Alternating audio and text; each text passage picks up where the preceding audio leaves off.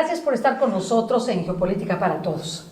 El día de hoy con un tema importantísimo y que creo que ha perdido la atención en este momento para México, porque pues, nos encontramos en un momento difícil frente a la adversidad de 2 terremotos y huracanes en nuestro país. Sin embargo, la crisis con Corea del Norte sigue siendo un momento muy difícil para el mundo, especialmente para los Estados Unidos, para Donald Trump. Para ello tengo aquí a Gisbeleni Gallardo en este programa, no en una entrevista, en un diálogo respecto de lo que significa esta crisis con Norcorea. Gracias, Gisbeleni, por estar con nosotros. Es un gusto, un placer, gracias a Dios estamos todos con bien, nos vamos recuperando de la crisis, pasó digamos el momento álgido de los 2 terremotos y los huracanes y bueno, pues seguimos, ¿no? Adelante, hay que seguir. Y este tema nos lo han pedido durante mucho tiempo. Una disculpa la tardanza, se atravesó la crisis, pero justo durante esta semana de crisis también se agudizó la crisis con Norcorea y pues vamos a hablar un poquito porque la gente tiene muchas dudas al respecto. Gisbeleni, es obligada la pregunta, ¿quién está detrás de Corea del Norte? ¿Es un enemigo solo? ¿Es un enemigo que está impulsado por algunas naciones poderosas? ¿Qué hay detrás de todo esto? Bueno, como breve cultural, como antecedente histórico, el Norcorea surge de la división que se hace del mundo después de la Segunda Guerra Mundial, donde una vez los vencedores pues se dividen al mundo y se divide entre socialistas, comunistas y capitalistas, ¿no? Y bueno, viene la Guerra de Corea, que fue una guerra importante donde participó el propio también Estados Unidos, que fue una guerra casi posterior, muy cercana al fin de la Segunda Guerra Mundial, y bueno, que causó también un poco la balcanización o la división de los países en Asia, en Oriente Lejano, como se encuentran más o menos hasta el día de hoy, y que ha dejado las tensiones políticas, ideológicas, hasta religiosas que actualmente se encuentran. Y bueno, de estas tensiones, pues se divide Corea del Norte como un extremo del comunismo, pero queda como un brazo, digamos, operativo de China. En términos pragmáticos y muy sencillos, y es importante que así lo digamos y que así lo entiendan las personas, Corea del Norte se convirtió como el matón de China, es decir, es quien aprieta o suelta en las negociaciones o amaga o tiene contenido también el avance de Occidente o de los aliados de Occidente a través de Oriente, que sería Japón y el propio Corea del Sur. Entonces, esto lo vemos, este ejemplo, por ejemplo, lo que ocurre con Corea, lo vemos en muchos países del mundo, en distintas ideologías y con distintos bloques. Por ejemplo, Uruguay. Pues Uruguay sabemos que tenía que existir Uruguay para evitar la unificación entre Argentina, Paraguay y Brasil, ¿no? O sea, Brasil no podía seguir creciendo, Argentina no podía seguir creciendo, creamos Uruguay que divida a los dos y lo tenemos como aliado. Es un ejemplo. Tenemos a Suiza, ¿no? Suiza también cumple el mismo objetivo. Claro. Y así tenemos, para poner estos ejemplos, que tenemos este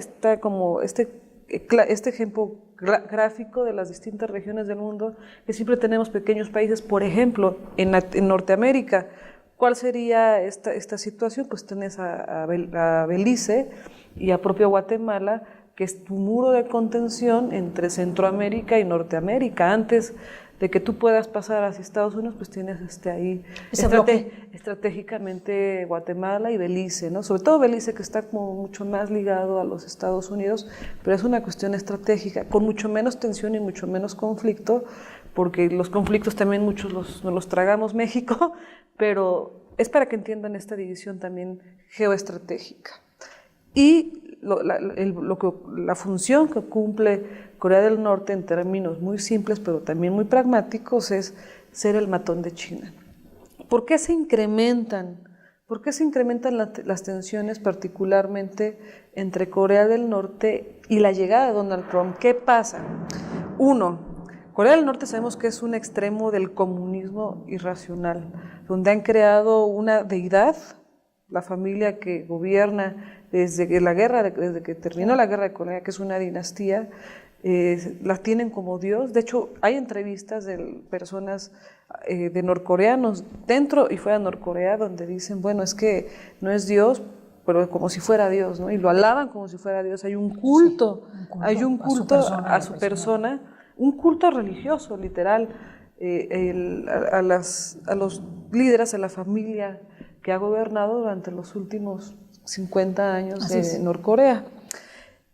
Y también podríamos decir que es el brazo armado, no solo de China, pero también un brazo armado importante que quedan de estas remanentes del comunismo que hubo durante la Guerra Fría y que sigue operando a través ahora de un socialismo ya degradado y que podríamos también encontrar aliados estratégicos de Norcorea en los países que aún son socialistas o neocomunistas, como podría ser el propio Venezuela y el propio Cuba un poco, pero principalmente con China, que China también es un comunismo muy extraño, pero es comunista, ideológicamente es comunista. Entonces, si nosotros perdemos de vista esto, que es geoestratégicamente, geopolíticamente, fue conformado Corea del Norte con toda esta intención de ser el brazo armado de China. Qué curioso, dice, China no tiene China en sí mismo dice que no tiene ejército, ¿no? Pero pues tiene la población más grande del mundo y tiene la mayor producción de armas del mundo, ¿no? Luego entonces, quien negocia con este tipo de tensiones pues son los propios norcoreanos. ¿Y por qué en este momento? Recordemos que hay una tensión muy importante en Estados Unidos, en este proceso de transición entre la izquierda, no socialista, que pierde en Estados Unidos, que es la que pierde encabezada por Hillary Clinton y que está ligada a todos los socialismos, por ejemplo en América y en otras partes del mundo, que han ido saliendo del poder en este giro del péndulo que se ha dado en el mundo hacia el conservadurismo y algunas regiones como en América hacia el cristianismo, como le hemos hablado, o incluso en Europa Oriental también que han girado hacia el cristianismo.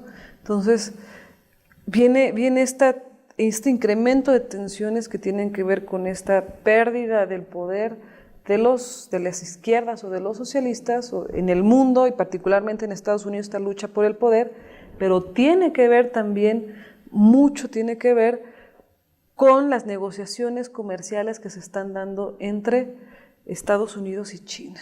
Quienes están peleando ahorita el mundo a nivel comercial pues son los chinos y los norteamericanos. Entonces, qué casualidad que en este momento que tienes negociaciones tan fuertes por los temas de los tratados comerciales, del Tratado de Libre Comercio, por supuesto que en México el Tratado de Libre Comercio del Norte, que es México, Estados Unidos y Canadá, que eso también responde a otro tipo de tensiones, pero cuando estás en este mismo tipo de negociaciones comerciales, que estamos hablando de miles de millones de dólares, industria metalúrgica, industria petrolera, es mucho los millones, y la redistribución comercial del mundo es también de lo que estamos hablando. Se empiezan a dar estas tensiones, pero en un nivel muy alto, nuclear, entre una parte y otra. No la hace China de manera formal, pero por eso es que usa su matón. Por eso es que incrementa el discurso el líder de Norcorea, ¿no? En contra de Estados Unidos, y empieza a hacer pruebas nucleares cercanos a Corea del Sur. ¿Por qué las hace hacia Corea del Sur y hacia Japón? Está generando un muro de contención para que los norteamericanos y sus aliados, que son Corea del Sur, Japón y otros países de Asia, como es el propio Singapur, el propio Malasia, ¿no? Malasia, es parte de China, ¿no? Entonces generan un muro de contención, a ver, sí, pero aquí van mis misiles y aquí va y no puedes pasar. Entonces es las tensiones bélicas, que son más bien resultado de tensiones políticas, que a su vez tienen tensiones comerciales. Si nosotros perdemos de vista, nos perdemos totalmente en el discurso. Por eso, cuando decían, y ya le declaró la guerra nuclear, no, a ver, están negociando miles de millones de dólares, y es como cuando quien está en el casino, a poner un ejemplo, y saca la pistola, ¿no? Pues es más o menos así, o quien... Vamos que a otro nivel. En otro nivel. Les pongo estos ejemplos para que, para que entendamos. Que entendamos el por qué de repente se incrementan estas tensiones. Tiene que ver una cuestión ideológica entre socialismo, comunismo, que es y el capitalismo. Que digamos que es el superlativo o el polo extremo que sería Corea del Norte, y el capitalismo, pues que vemos que la representación en sí misma del capitalismo pues es Estados Unidos. Tenemos la cuestión ideológica y la lucha por el poder que está al interior de Estados Unidos, que sin duda salpica hacia estos terrenos, ¿no?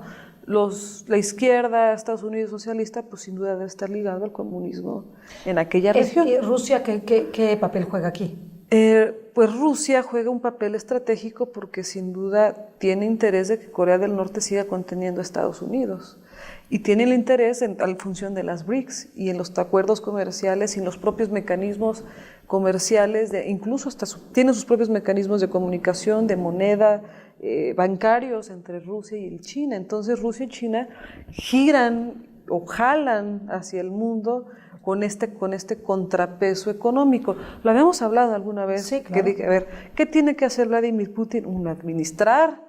Administrar todo el poder, ¿no? Que lo habíamos dicho en su momento, que tiene que administrar esta relación que gana, porque Rusia gana con la llegada de Donald Trump, y hemos tenido muchos programas donde hemos hablado sobre eso. Tiene que administrarlo Rusia por un lado, y por otro lado tiene que administrar y empoderar las BRICS, pero particularmente el empoderamiento de esta alianza entre Rusia y China, que si bien ahorita está muy bien comercial, también sabemos que históricamente ha tenido muchas deficiencias y que en algún momento pudiese salir de control.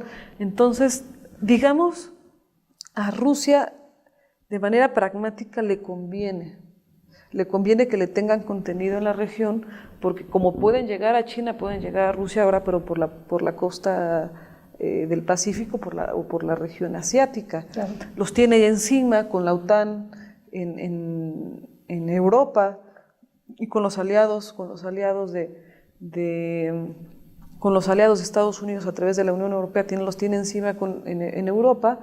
Le conviene a Rusia, sin duda, que tener al matón de los chinos, que debe haber también hay un acuerdo comercial. Por eso es que los discursos la semana pasada en la ONU fueron tan fuertes en contra de Irán. ¿Por qué en contra de Irán?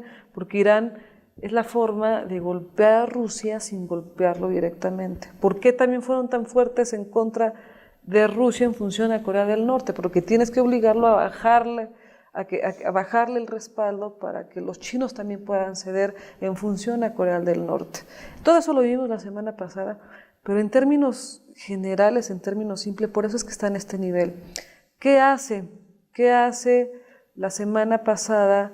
No, ¿qué hace en estos días decir Corea? Lo que hizo Donald Trump declaró la guerra. Fue declararnos la guerra y nosotros vamos a responder igual. Y lo que hizo Donald Trump fue exactamente eso. Dice, a ver, no queremos, pero si es así, pues vamos a destruir Corea.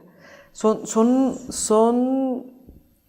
discursos muy fuertes, de otro nivel, pero que están vinculados a negociaciones económicas muy importantes, a una redistribución política de contrapesos políticos, y es parte de la sacudida mundial. Cuando le dijimos empieza un nuevo orden mundial, no esperaran que fuera tampoco así como tiene un botón y ya estamos en un día nuevo.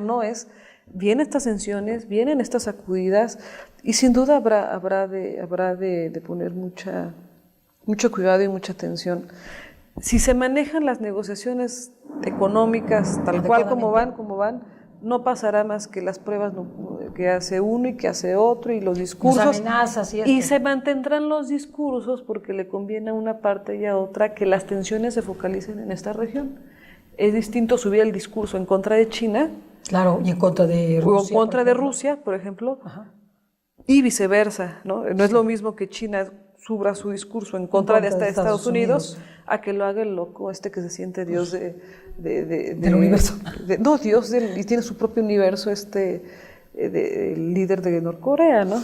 Ahora, la pregunta... Kim Jong-un, ¿no? Sí, la pregunta que debemos hacernos es, ¿puede haber una guerra nuclear? Si esto ocurre, ¿cuáles serían los bloques desde tu punto de vista? Esto que hablábamos hace un ratito. Es muy difícil. Bueno, ojalá no hubiese una guerra nuclear porque sería una cosa catastrófica para el mundo. ¿Podría avanzar a esto? Estamos bajo la posibilidad. Yo digo que son puras tensiones y son un juego económico. Son un juego económico y un juego político, y es para apretar. Le digo, es como quien saca y pone la pistola en la mesa. Sí. Espero de corazón que no vaya. No te metas conmigo, ¿no? Sí, yo tengo este rifle y el otro pone, pero yo tengo también uno, ¿no? Yo espero de corazón que no llegase a haber una guerra nuclear. Vamos a quitarle la palabra nuclear para quitarle el horror que hay dentro del tema nuclear.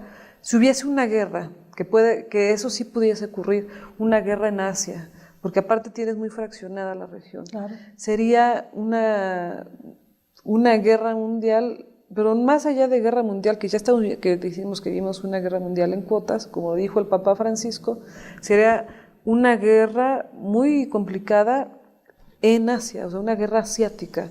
Por supuesto que eso es más posibilidades, más allá de que pudiese ser o no nuclear. Yo quitaría la posibilidad de que fuese nuclear. Pero sería un desahogo de una guerra, pero del lado de Asia. Del lado de Asia, que pudiese ser entre Japón y Corea del Sur, que son aliados estratégicos, o sería Estados Unidos a través de Japón y de Corea del Sur, contra, por supuesto, Corea del Norte y parte de China. ¿Y qué papel juega Venezuela, Irán, Cuba? Pues ellos respaldan, sin duda, son, digamos, aliados, y podría girar el conflicto un poco hacia esta región en función de estas alianzas. Irán por su cercanía y por lo que implica la presión de Irán hacia Rusia, y Venezuela por lo que implica ideológicamente para estos países y para la región. O sea que realmente el discurso de Trump en estos últimos días, que ha sido porque hay algunos, bueno, en las redes sociales aparece que Trump se ha puesto concretamente contra Corea del Norte, abiertamente contra Venezuela y abiertamente contra Irán. Y ahora entienden por qué el discurso es parejo. Ahora entiende por qué el discurso es parejo, porque es parte de un todo económico, político, ideológico y social. ¿Y cuál sería tu conclusión de todo esto?